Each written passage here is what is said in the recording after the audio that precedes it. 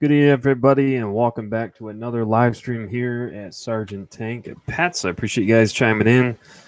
This will be basically the conclusion of the little mini series I've been doing in regard to the American Livebearer Association 2018. That's going to be hosted by our club, which is the Grand Valley Aquarium Club. Link down in the description for you all if you want to check it out, as well as the ALA 2018.org, which is also linked below.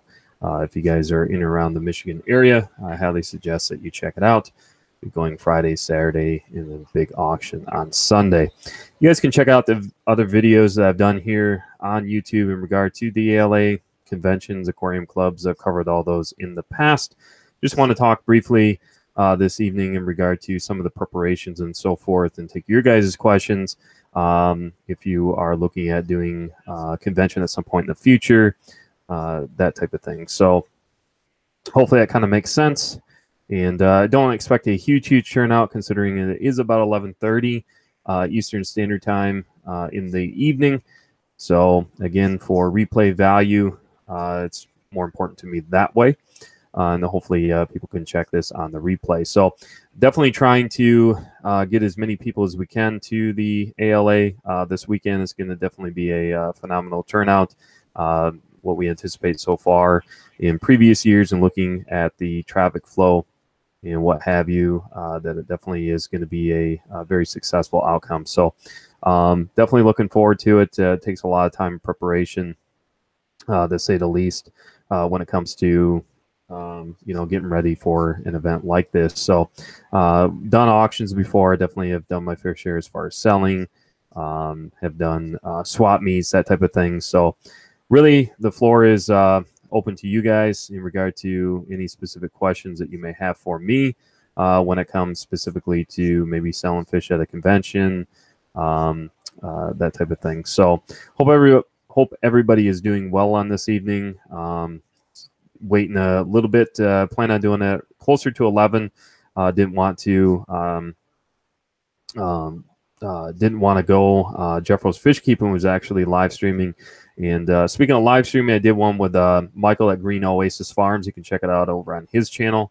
I will try to link that. Hopefully I remember, but I'll go ahead and link that once this concludes down in the description if you guys want to check it out. So it was definitely nice to be able to find out a little bit more about Michael, and him find out a little bit more about myself, and definitely a good time. So let's see here. I'm going to go ahead and refresh. I want to make sure that it, I'm seeing the chat. Not too much going on, like I said. I know with the whole notification system and being 11:30 at night, probably ain't going to get a huge amount of traffic. Plus, I didn't really share it too much. I actually didn't share it at all.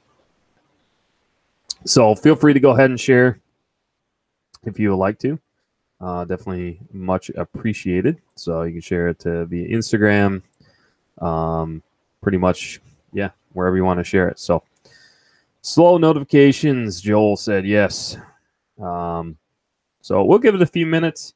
Like I said, any questions that you have for me, I'll do my best in order to give you guys my honest response, as I always do. Again, let's stay on topic, and I'll open the floor up for other questions outside of that a little bit later on. We got Fish Tropic in the house. How you doing, buddy? Are you going to be upload the tanks video? I was overseas. Yes. Waiting to acquire.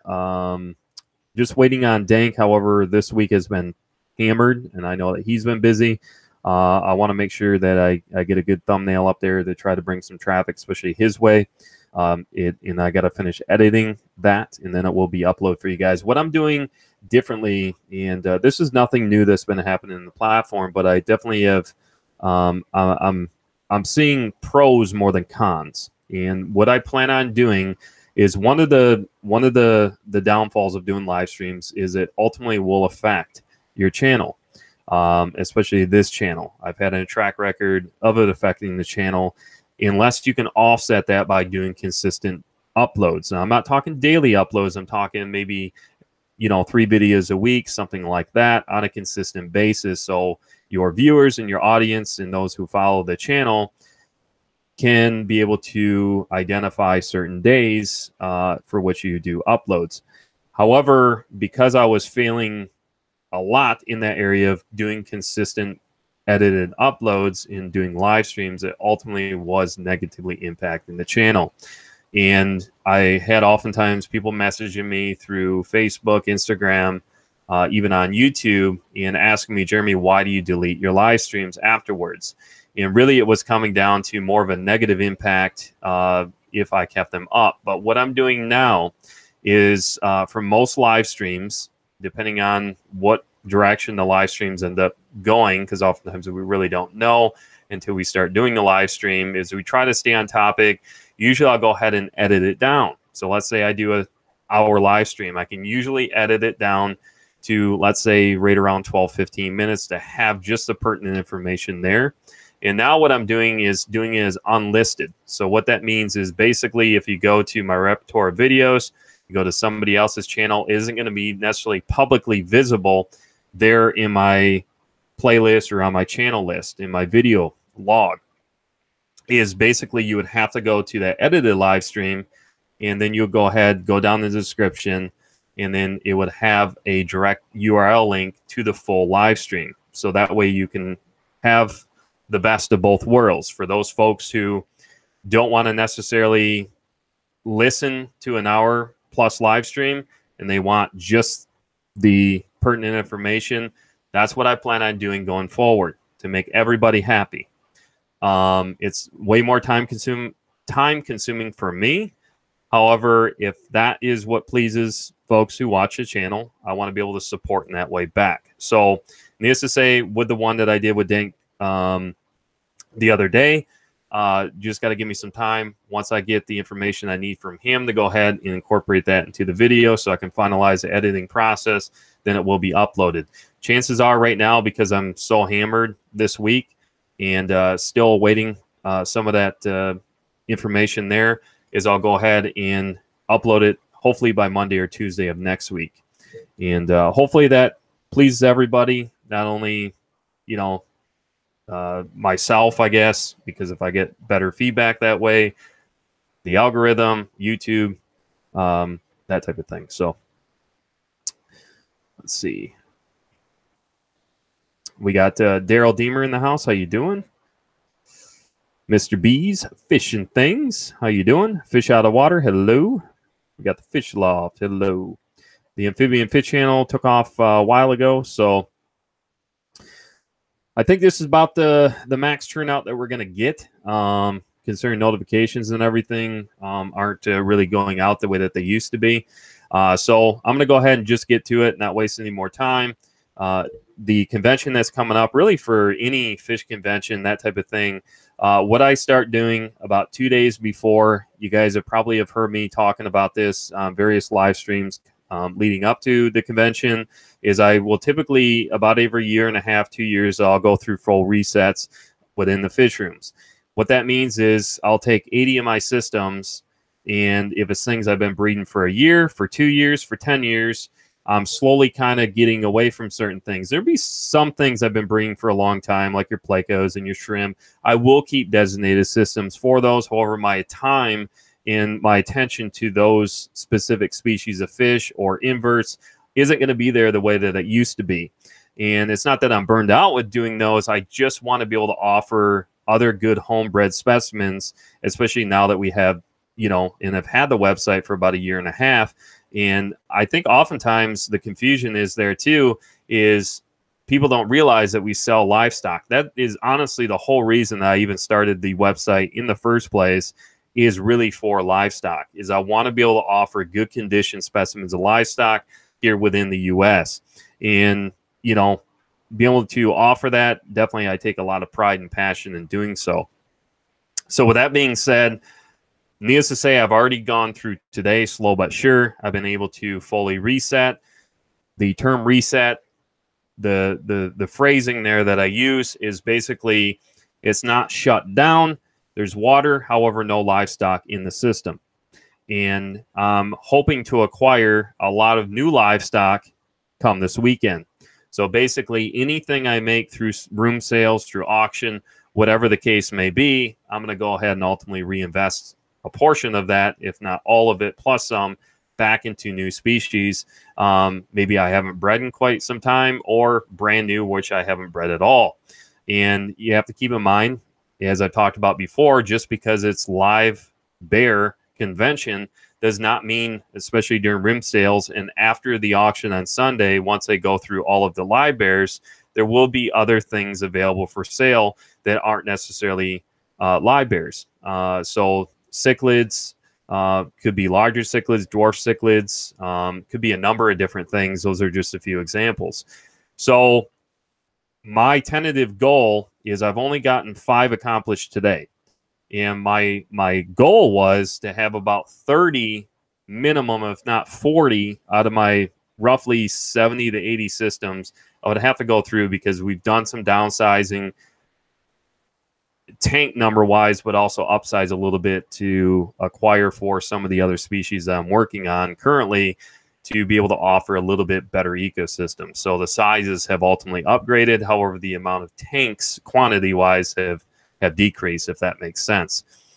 So I'm excited to at least get those out of the way. But like I said, I still have a lot of work to do. And what the process looks like for me and what has worked for me is, if you guys haven't had an opportunity to check it out, maybe you're new to the channel, that type of thing, is I did a video on basically a $20 breeding rack system, where you can acquire a lot of the containers through your Dollar Tree, your local dollar store, and then find either on clearance, maybe you have to order one, but find a cheap shelf to accommodate basically for 12 within either 12 to, depending on the size of the containers, usually you can fit 3 or 4 on each shelf, and if there's 4 shelves, you know, more or less to kind of give a little bit of insight and ingenuity for folks that want to maybe create something like that. So without having everything here, I was going to try to do like a demo, but I got stuff all scattered about right now. It's kind of a organized chaos within the fish rooms, just because I've been working all, you know, these last few weeks trying to get ready for it. Is tomorrow is where the bulk of the livestock will start being removed from the systems and then put in separate holding systems, in order to come Friday, because Friday I'll be on a shop hop. So Friday I'll be gone all day. So logistically, I have to plan it out to be able to get home and basically acquire what I need and have it ready to go to get back to the convention, in order to start the room sales, which start at 8 p.m. Eastern Standard Time. And I need enough time to get everything in there and get the help that I need to get in there. So there's a lot of things that I plan out in my mind logistically leading up to it, to make sure everything goes smooth and the most ease as possible. So going back to that rack system that I'm talking about, that fry rack system, the concept is pretty close. However, the containers, instead of those specific containers, I use something I've used through the years, is like a shoebox. So those I didn't acquire through the dollar store. I can't remember the name, but I got them through Home Depot. They're 98 cents a piece, and they're a lot easier to be able to either take like a soldering iron or like a drill, really a drill more than a soldering iron, because really a soldering iron, you can go through any plastic without cracking it if you do it right. However, I just wanted to be able to go boom, boom, boom. And basically, I will do a video and I will show you guys this. So I'm kind of speaking ahead here, even though it's already done. And I wish I had a few things to show you guys, but I do plan on doing a little bit of videoing. Probably not a ton, but come this weekend, I will try to get some video for you guys on kind of what it looks like, because I don't think there's a lot of video out there, to my understanding, specifically at a hotel, what a room sale situation would look like, how I set it up, and just kind of give you guys a little bit of knowledge, I guess, there on how I go about doing it. And it may be similar and it may differ from others. I know a lot of folks bring in a full-on glass aquarium rack system. I don't got time for that or the energy to do it. Basically, anything I'm bringing in supplies-wise will fit into like a 20-gallon tote. besides the shelving unit, which is all taped and ready to go. And then what I did is I went through and made some simple do-it-yourself sponges, very small, using seeded sponges I've kept and I've talked about before, as far as keeping seeded sponges on hand in order to maintain that cycling. And I will be doing probably 4 water changes, since the water volume isn't going to be a ton. But basically, I just took 1/2-inch PVC, drilled holes into it, capped it on the bottom, had a 90-degree elbow. You know, very simple, just like any other do-it-yourself sponge setup. And then basically drill a hole through the 90, run the airline tubing down. It'll draw it all in and push it out, just like the concept of any other sponge filter. And again, like I said, I will do some videoing for you guys to show you exactly the breakdown. I just figured it'd be easier for me to show you guys that once I'm actually setting it up. So I'll probably have some video for you guys once I actually get there, start setting it up. I'll try to do it. I might end up doing like a voiceover, something like that. But hopefully that kind of makes sense. And then basically a lot of the shrimp, smaller plecos, mid-sized plecos, even some of the adult plecos would be completely fine in those systems. I plan on, I think I made up 12 of them, if I remember right. 3, 3, 3, and 3. Yeah, 12. And then I may have a few other larger little, I got a couple of 2.5-gallon tanks that are empty that I can also bring along. And I can work on the fly. So if I ever need something last minute, then I'll go ahead. You know, that's what's nice about having, you know, essentially 2 fish rooms, and then our, I don't really include our display tanks of fish room, but I guess 3 fish rooms. I usually have most of that stuff on hand, especially plenty of airline tubing. I still need to get another. I need to acquire tomorrow for sure. There's a few things I need to acquire. But one of the ones that I need to is a gang valve. I have all of my gang valves in operation. I can't remove those. I could essentially have made a gang valve, which isn't too difficult to do. But yeah, basically there won't be a ton of flow. And yeah, so I have RO water already on hand since we produce about 150 gallons of RO water daily. And so I already have 15, 20 gallons of RO water already to go. I have, which are the collapsible, they're the portable 5-gallon, like drinkable, whatever you want to call them, like the plastic ones. They're not like a 5-gallon bucket. I think you guys know what I'm talking about. And so I have several of those. And then I'll also, tomorrow evening, I'll be probably doing about 20 gallons of 15 or 20 gallons of the distilled, dechlorinated tap water. So, and then I got a bunch of stuff. If you guys have been following me over on Facebook, you would know that the opportunity now is gone because I don't want to be dealing with now invoicing and sales and stuff like that. So I have yet to remove. So you guys are following me on Facebook, I'll probably give you one last chance. If you happen to be watching this live stream and you want to order something through us, you can definitely check it out, but I will be removing it soon after this live stream. I forgot to do it earlier. Basically, it was a full stock list of some of the stuff that I would be bringing this weekend. However, you guys will get first dibs at it. A lot of this stuff isn't even available on our website. So, yeah, but let's see here. We got King Lee in the house. We got Turbo Fish. We got Mark's Arcs Aquarium. We got a $10 super chat. Nothing said, but from Daryl Deemer. Thank you so much, Daryl, as always, for the support. We got Heather with Varuna Aquatics. We got Jeff Rose Fish Keeping. How you doing? Dayman, so sorry. Dan went late. Then I went late. Sorry, buddy. Oh, you guys are fine. This is another impromptu live stream. I figured why I had everything already set up for the most part.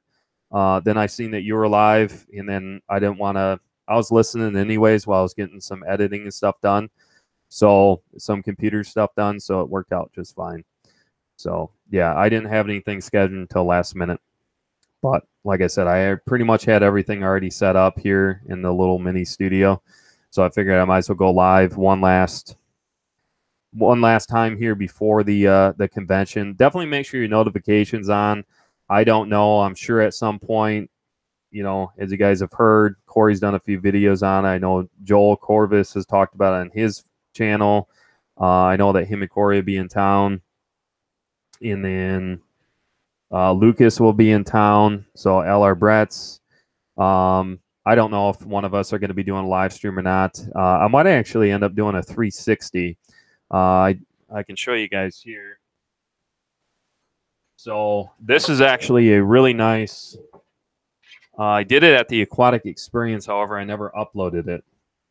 And I ordered this off from Amazon, and it's a 360 panoramic camera, and I've only ever used it once. It plugs right into my Samsung. It's that small, and it shoots really, really good quality video, believe it or not. So I might end up doing a 360 YouTube live stream, which is a little bit different format, obviously, but I haven't ever done a 360 live on YouTube, but it's not too difficult to do. So I'll try to do a live stream this weekend. I'm not sure, like I said, who all will want to be a part of it. I might end up going live during the convention. I know that there'll be a lot going on, especially Saturday. Probably won't have much time. The Saturday schedule, the lineup is absolutely just one thing after the next. Sunday, I might have some downtime. That would be the auction going on. And Friday would probably be the day out of any. So definitely make sure you, on this channel, you guys' notifications are on. I'm not going to be scheduling anything in advance. It'll be completely impromptu. Anybody that's been following me long enough knows that I usually do live streams more in the evening. So I may end up going live maybe during room sales Friday, or possibly maybe even Saturday. We'll just have to wait and see. Sunday is going to be too much going on because of the auction. I won't be doing any live streams during the auction. Yeah, so I'll try to do one for you, give you a little bit different flavor of, you know, kind of behind the scenes there. I know a lot of people like it. And yeah, so all right. That reminds me of what I did first time you used that. All right. Rox Tank said lurking. Let's see here.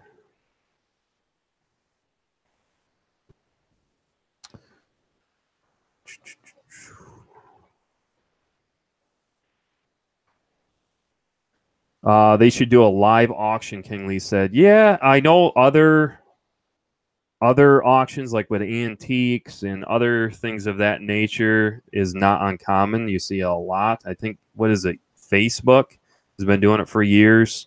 You have to keep in mind, though, technically, there's laws and stipulations in place with auctions. Especially with raffles. That's why I don't do raffles, because technically a raffle, depending on how you do it, definitely impedes upon a lot of laws that are in place. And I'm one that tries not to intentionally impede upon laws that I know are definitely governed and would go against, especially because they can look at it as gambling. So if you do a raffle style, for instance, where I do see other channels on YouTube, I'm not going to mention names, that have done them for quite some time. The reason I don't do it is there's certain regulations in place, even with YouTube, to where it's impeding upon their rules and regulations, and their policies are in place. We got Beatsteak in the house. How you doing, Victor? So the reason I don't do it is I don't want to impede upon the fact that it could be looked at as a gambling style. And if I, let's say, raffle something off and it acquired, let's say it was a $500 value, it pretty much washes itself out, whereas 500 is basically, and then you just pay it forward. And I think that's a little bit different, because you're showing that you're not trying to attain any type of profit from it. It's more of a means to support maybe the community. So I think there's a lot of common sense that goes along with it. But that, for me, I've had people ask me, even on Facebook, why you do raffles. And if people understand raffles, really it's looked upon and frowned upon quite a bit, especially from a government standpoint, just because it can be looked at as gambling. And I don't want to, same thing with auctions if they're not done appropriately. So I just don't want to venture into that territory at all. So let's see here. Change the raffle to donation, problem solved. Yep, but you have to realize, though, donation is a little bit different. I mean, we can creative writing and creative ways of doing things, but if I know, to me, same thing with shipping fish.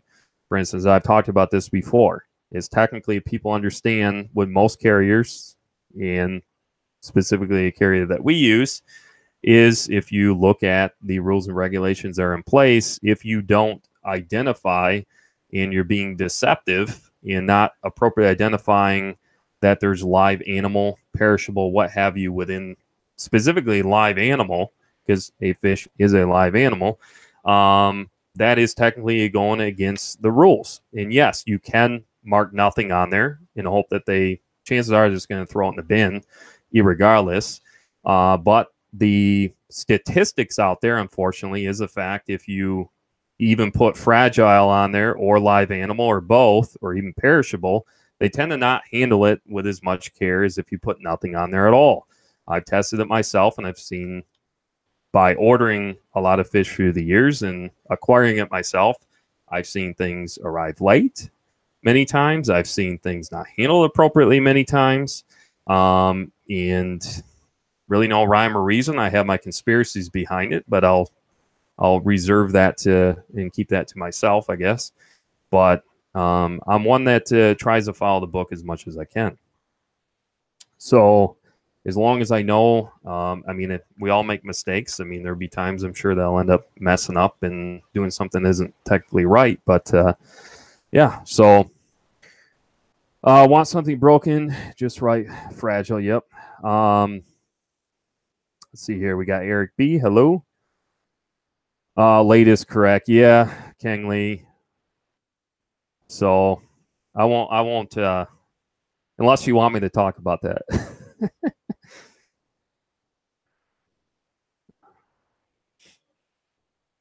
All right. But any questions as far as like the convention, setting up for a convention, getting ready for a convention? How does that work? What's the yield look like? What portion do you take from an auction? You know, anything in that regard. That's what I'm here for, to try to support you guys. Kang Lee don't care. All right, so Kang Lee and his family, through Twin City Guppies, went ahead and supported our club by donating some really nice variants of guppies, some Poecilia reticulata. There's some green jades, Dumbos, as well as the Santa Claus, and really, really nice lineage. And unfortunately, even with the amount of shipping costs that's involved, which on the low end, depending on what zone you're shipping from, and I'm talking here in the U.S., of course, it can be on the minimum of $45. And let's say that's a pound and a half if you're doing it by weight, which most people do.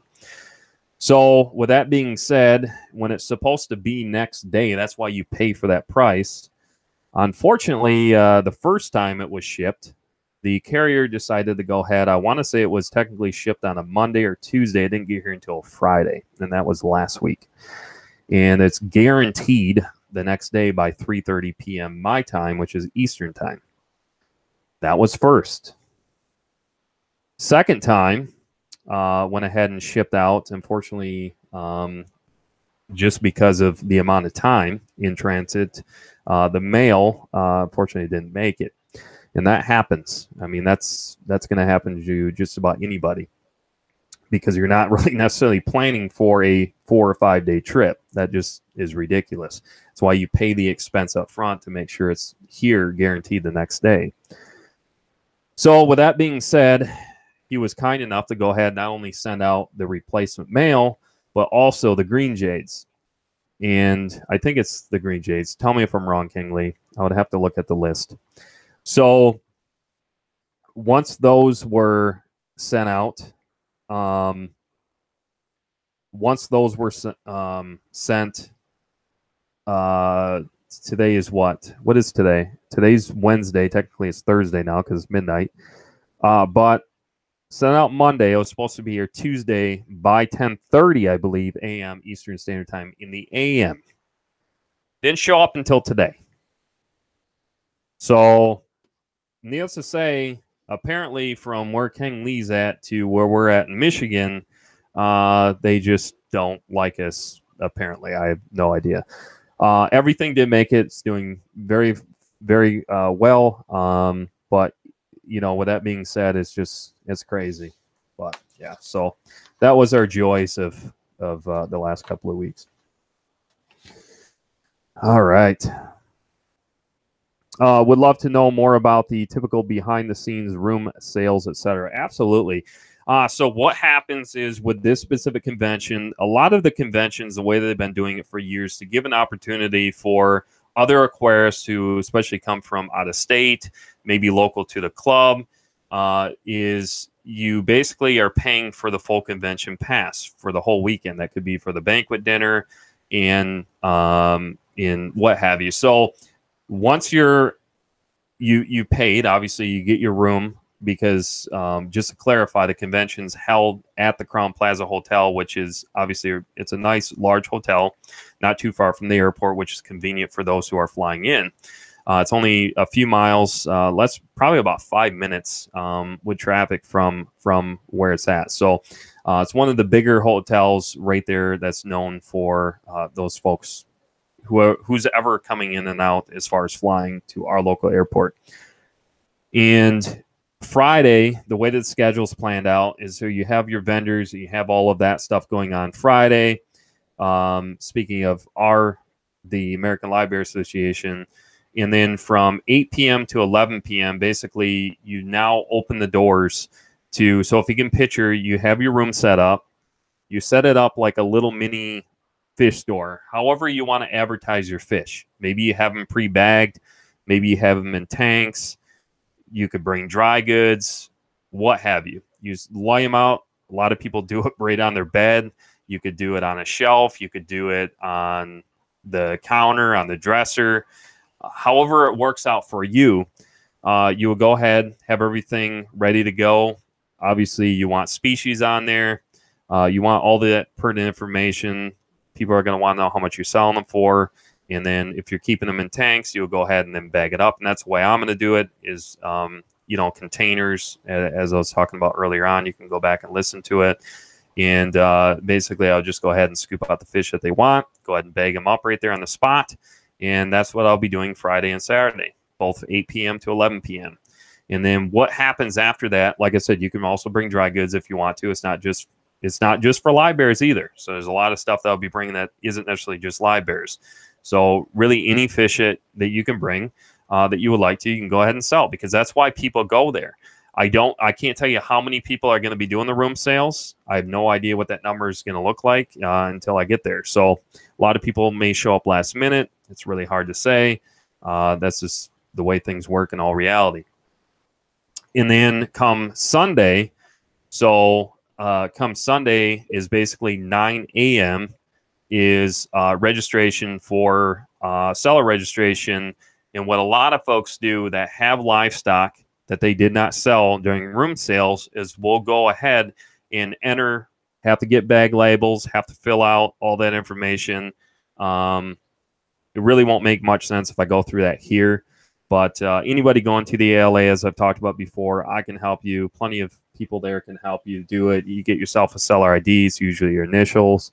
Really, really smooth, streamlined process. Not difficult at all to do.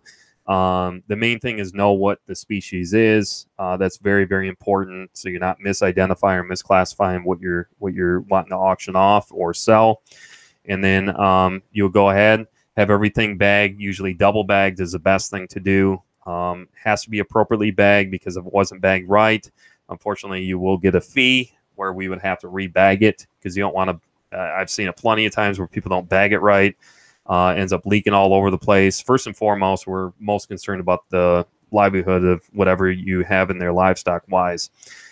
And then 11 o'clock Sunday morning, so 2 hours that gives you.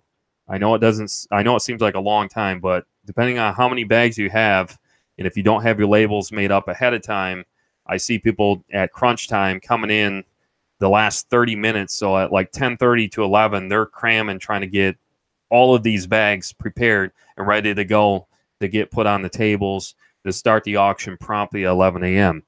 The way our club works is boom, boom, boom. It's very streamlined. We keep things moving along. There's no dead zones in between. Auctioneers do a phenomenal job where they just keep it going, keep it going, keep it going. And that's what I really, really enjoy about our club. It's very efficient. It's very effective. It's very streamlined. It just one thing after the next. And then basically the way the auctions run, kind of covered now the room sales aspect of it. So kind of going back just to reiterate is anybody that is part of that is now open. They can go ahead, I guess, as a customer or as another Aquarius or friend, family, whatever. They're going to go from room to room. And what's nice is basically, let's say level 2 of the hotel will be completely a block reserved for those who are in attendance for the convention. And then it keeps it really, really nice. So you can just walk around that floor, go from room to room, and basically you just keep your doors open so people know, or have a sign or something on your door to let people know that, hey, we're available now for room sales. And that's pretty much how it goes. Like I said, it's really not that difficult. The main thing is just trying to get yourself prepared for it. Make sure that you have things ready to go. Make sure that they look good. Because obviously presence is very important for a lot of these Aquarius that have been around for a long time.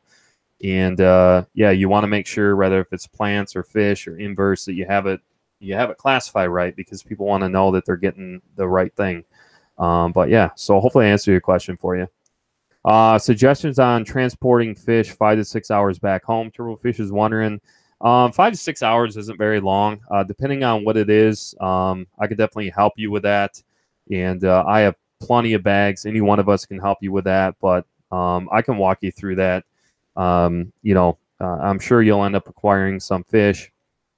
But basically, if you plan on buying a lot of fish, what have you, I would definitely... we will have fish bags, and that's nice too, is our club does sell fish bags. So many different sizes, and that's definitely a plus to have. I would have some sort of cooler. You can go to the extent, depending on the species, if you feel more comfortable, to have like a powered air pump. Maybe you have an inverter that you can plug into the 12-volt like cigarette lighter, and go ahead and invert that to 110 AC to then plug in like a air pump. Maybe you have a battery air pump. However you want to get some oxygenation going within there with like an air stone. But going 5 hours from us to where you're at, even 6 hours, I wouldn't worry about it too much. You could always have some heat packs. So we'll be selling some of those, so I'll probably end up bringing a few of those. But this time of the year, a heat pack isn't necessary. I don't even use heat packs when I'm shipping. I've been shipping for over 10 years. And once the temperature starts maintaining anything above 50, 55, even at night, it doesn't matter what I'll condition them down. And I've talked about that before. They'll do completely fine. It doesn't matter what it is. So most of the time, this time all the way through fall, especially here in Michigan, you typically don't need a heat pack. So oftentimes you'll end up cooking the fish. It's better to have them a little bit on the cooler side.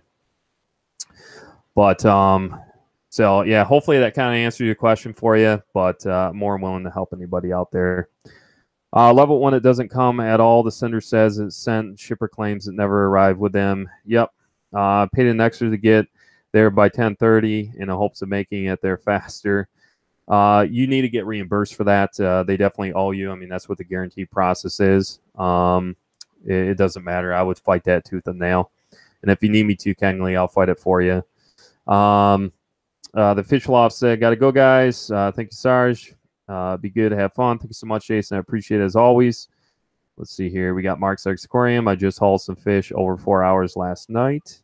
We got Joel in the house. How you doing, buddy? Said, "Oh, hey, guy."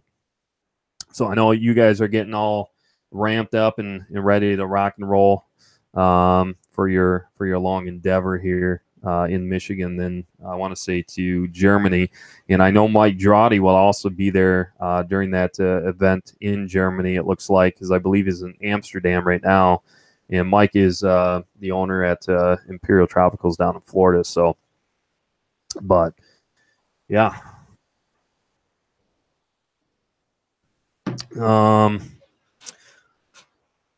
Let's see.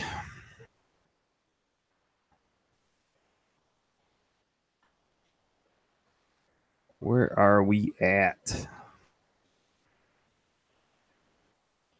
If I miss any questions, you guys, feel free to go ahead and put it in there. Put it back in the chat.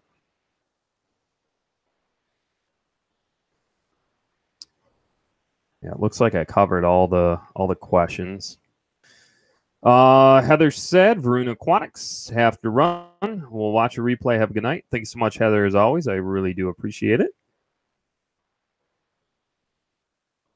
Let's see here. Florida guys in Germany. Yep, Mike Drawdy will be in Germany once he leaves Amsterdam. So, yep, he will be at the same event that you guys are going to. Fish Tropic said, just hear the hang. I know, buddy. You've been around, I think, since about not quite day one, but you've been around almost since the beginning, since I started doing this. I know a lot of people miss the late night Sergeant Tank live streams. We had a lot of fun back then. It was fun. Let's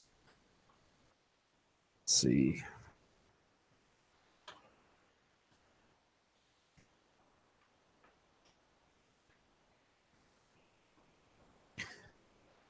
If you're still listening, Joel, what time are you guys coming in Friday? I'd be curious to know what time you guys are coming in Friday. John said they sell the 140 watt AC converter at Menards for $25. Plugs into a cigarette outlet, runs an air pump and heater very well. Just pulled a cycle sponge and you're good to go. Exactly. Harbor Freight also has some decent ones as well, especially if you can get them on if you part of the track member, inside track member club, or if you have a coupon. Be there when the plane lands. That doesn't necessarily answer my question, but all right. I'm just curious because keep in mind, we will be out because we have to keep on schedule. So I'm just giving anybody a heads up that may be on the shop hop. Is that starts promptly at 12 p.m. Eastern Standard Time, and it will go for a bit of time there. So depending on what time you guys come in, the reason I was asking is I heard you guys talking about it, I believe, as I was lurking in the background. It's either yesterday or the day before on a live stream. Not sure what time you guys are coming in, if you're coming in the morning on Friday or not. So I was just trying to help you guys out to figure out how we're going to be able to get you guys on that bus, because we got a bus that's taking us around from stop to stop. Let's see here. Fish Tropic said, Joel, congrats on the baby. Let's see.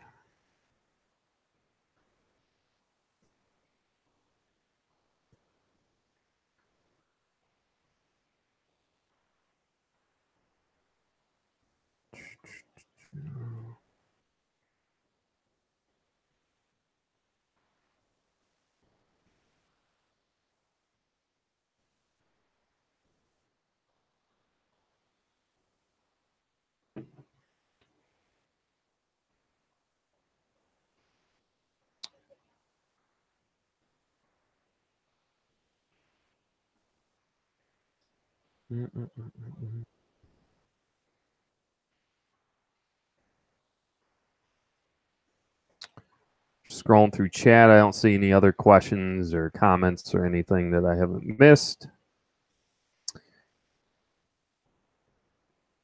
So I did my bit. Just want to address some of those final things here. And then, yeah. So if you guys don't have any other questions for me, we'll go ahead and wrap things up here on the live stream.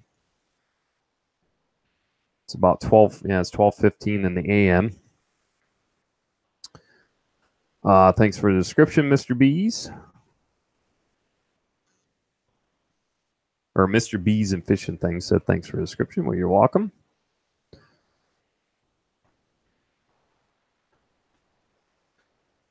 Well, I think that concludes it. So make it a great rest of your day. Whoop. Mark said, Jerome, I got 6L129 Plecos. Let's see here. L129.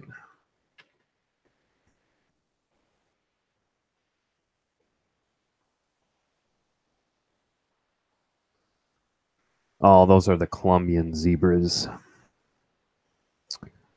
Let's see here. I haven't actually kept that specific species.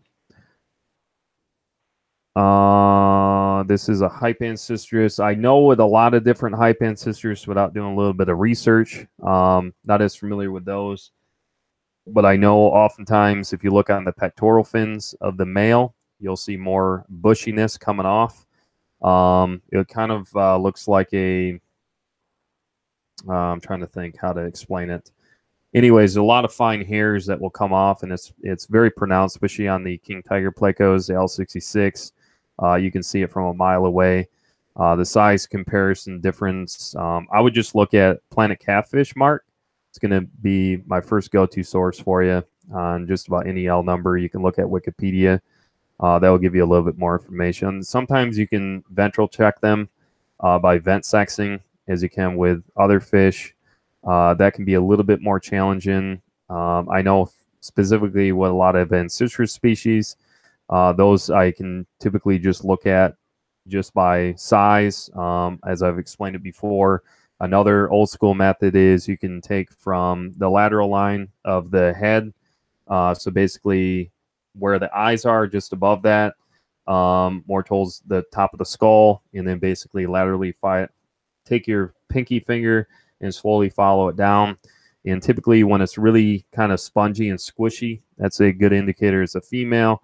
The males would be more firm, besides the pronounced bristles. But I think bristles are oftentimes, people wait too long. You can usually sex, especially your common ancestors, quite young by that method, and also just by identifying the overall by looking from a top view, side view, front view, and back view, kind of putting all that together.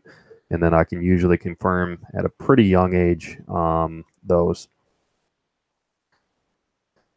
Let's see here. Excited to see any fish. Turbo is wondering anything stand out this year. I got some Limia that I have my eyes on. I actually have in my possession some that will be going up for auction that are from Dan's Fish. So you can definitely check him out. I will be doing a shout out video once everything is there at the convention to recognize some of the sponsors. But it is all the sponsors already publicized. They've already been on the website, any of the sponsors that we have. So you can check that out if you're wondering. But as far as anything stand out this year, I'm not sure what that's referred to, Turbofish. Is that to me? You talking about fish-wise? But I would like to get my hands on maybe some other types of endlers. I've worked with a few different endlers through the years, but it would be nice to see what's available. Just Livebearers, not only Livebearers-wise, but see, especially during room sales, if anybody's bringing anything other than Livebearers too. So I'm pretty open to do some new species. Let's see. You will be on the bus, Joel said, for the shop hop. Mark said, Jeremy, laugh out loud. I just read it as it says on there. If you need a car, Joel, just let me know. Turbofish said, be happy to help if needed. Fish Tropic said for the L129, females' heads are rounder and wider. I know that's pretty common with the ancestor species, but that definitely could be the case there as well. Let's see here. CKL476 Black Phantom Pleco is being imported next week. Wow. All right. Did I miss anything? I don't think so.